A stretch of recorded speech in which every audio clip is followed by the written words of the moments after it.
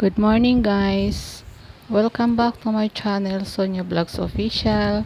Sana panoorin niyo po ang aking mga videos. Ngayon po ay oras na naman po ng paghanda para sa aming tanghalian. 9:30, kailangan ko nang magsaing. Tapos kailangan matapos ko ang aking pagluluto hanggang 10:30 kasi maagang nagugutom si Lolo. Kailangan siyang makakain ng maaga kasi ang pagkain niya sa umaga ay gatas lamang at saka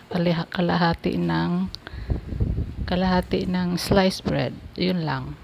Tapos kailangan ko nang maumpisa ng aking pagluluto. At sa aking mga dating kasamahan sa YouTube, kumusta na po kayo?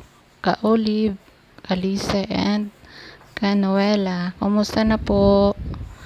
Balik na po tayo sa YouTube dahil sinulatan na po ako ng Google AdSense na kailangan kong i-resolve ang problema ko within 30 days. Sana makuha ko yung requirements na sinabi niya sa akin. Kung hindi, tuluyan na talagang mawawala ang aking account.